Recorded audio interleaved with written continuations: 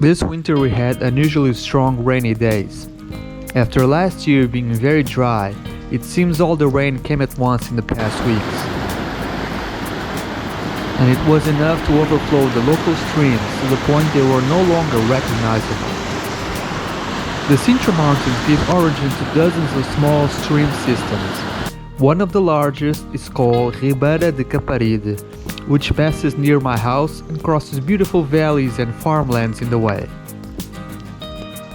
After 3 weeks of constant rain, the sun finally broke through, and I was eager to go for a bike ride again. My dad had the idea to follow the Caparibe stream almost all the way to its source, reaching the slopes of the mountains to see how much of it could you follow on the trails. So we set early in the morning, him with his specialized e-bike and me with an old hardware Extreme that I adapted for cross-country. Since my main bike broke its dropper post on my previous ride, I had to settle with this one. After all, the tour seemed easy enough, with not very technical trails or steep slopes. But we underestimated the effects of the previous heavy rains. As we entered our first trail, we quickly realized how muddy the trails were. That's the thing of riding in valleys. With heavy rains, they can quickly turn into swamps. But we were still on the hillside, and that made us wonder, how would it be once we reached the riverside? Soon was time to cross the river, and as it grew in size, that made the crossing a little tricky.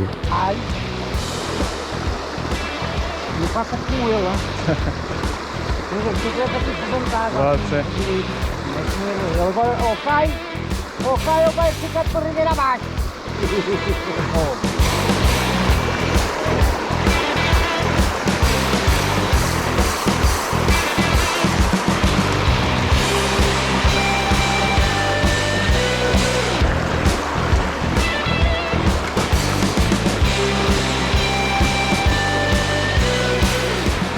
Luckily, we all managed through. But then we witnessed mud levels we never experienced before.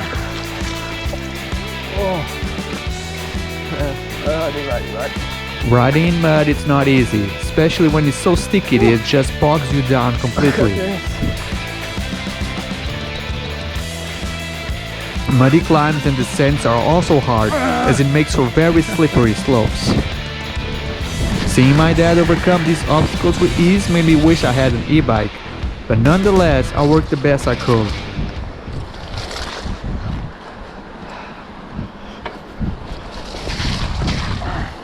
As we got deeper upstream, we slowly started to gain some altitude.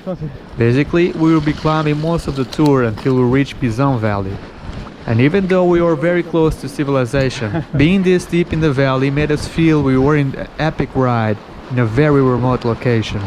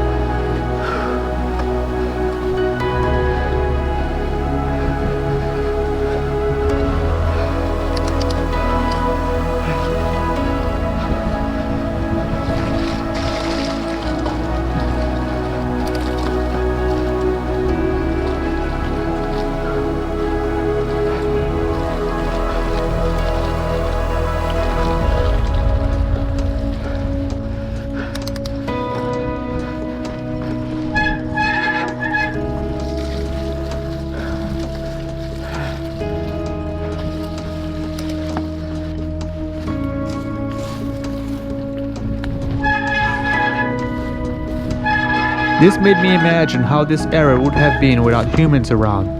Just vast forests and shrub areas cut with streams and hills.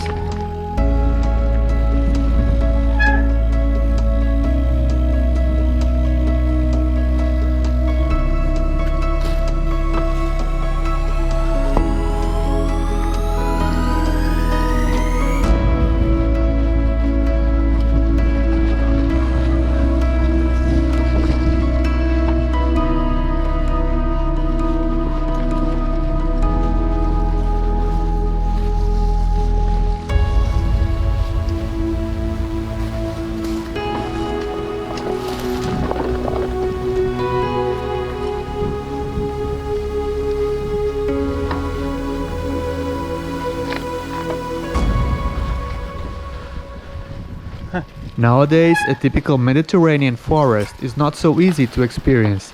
Yeah. I guess this is as close as it gets. After crossing the valley, it was time to head higher towards the slopes of the surrounding farmlands.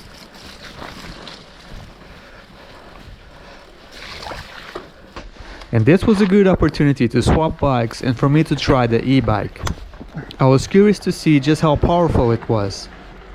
Dus laat ik first. And I was really surprised to see that it almost felt like a motorbike. I was going much faster, and with the long traveled suspension and shocks, felt like a downhill bike without the drawback of being much harder to pedal.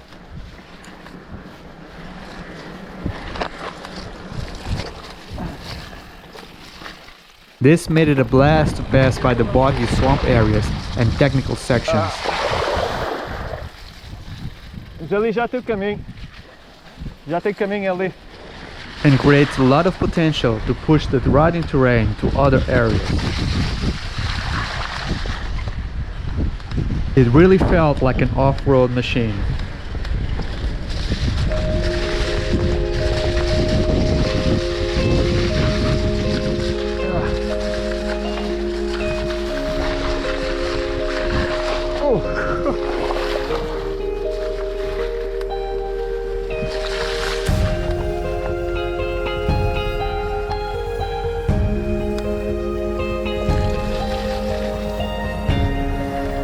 Getting back to my bike, we started approaching the Pizon Valley, and here we started to see the true effects of the rains. All the local streams overflowed, to the point the whole trail was under shallow waters. I've ridden in terrain like this, especially when riding on rainy days, but never for such long stretches. Felt like I was doing stream riding.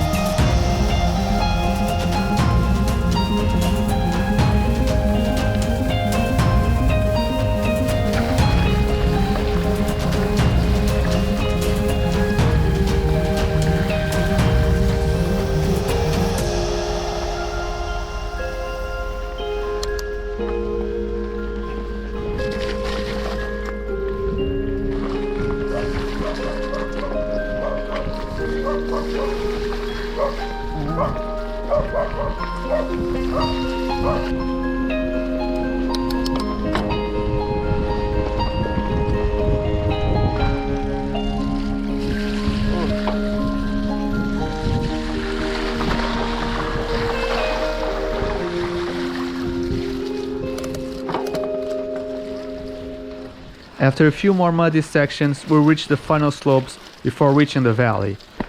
And again I asked to borrow the e-bike to test how it feels on the climbs.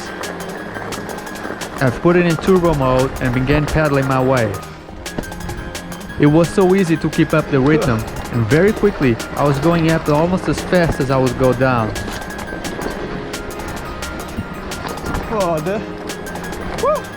The thing about e-bikes is it will keep assisting as long as you keep the same cadence. So if you slow your pedaling, the motor stops. So this makes you want to keep pedaling to keep the motor engaged, which forces you to go faster and faster.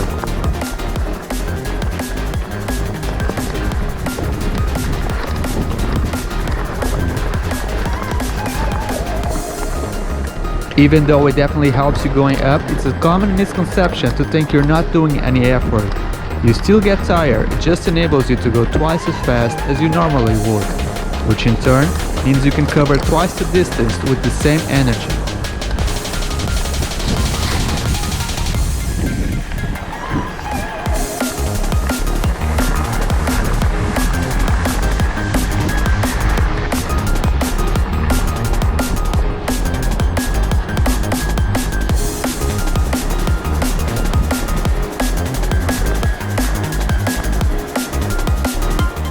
And this using turbo mode, where the motor gives you the most power. Dialing back to eco mode, you won't go as fast, but you'll be able to cover even greater distances. If you think about it, it's a nice system, because it means if you want to go faster, you have to pedal harder. It's still your own power that drives the bike. The motor just amplifies it.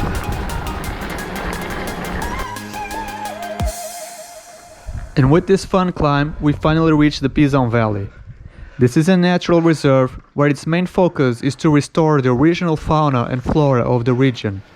For a long time, this used to be farmlands for the surrounding villages, but they were abandoned sometime in the 80s and ended up being used mostly by motocross riders for years.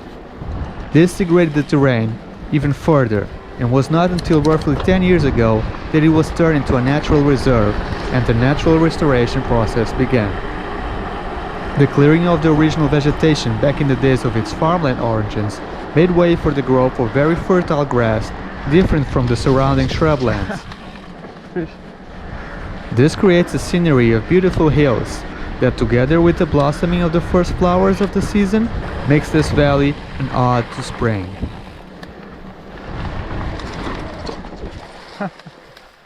After a few laps around the hills, it was time to start making our way back, but not before enjoying a nice descent first.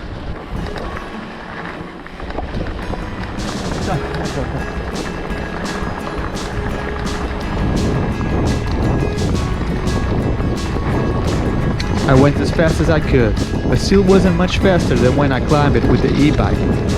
Technology sure is amazing thing, and I wonder how far are the limits of this bike. Maybe that's an experience for another video. Now to get back and wash all this mud off. So I hope you guys enjoyed. Don't forget to like and subscribe so you won't miss my next video. Thank you for watching, and I'll see you next time for another adventure.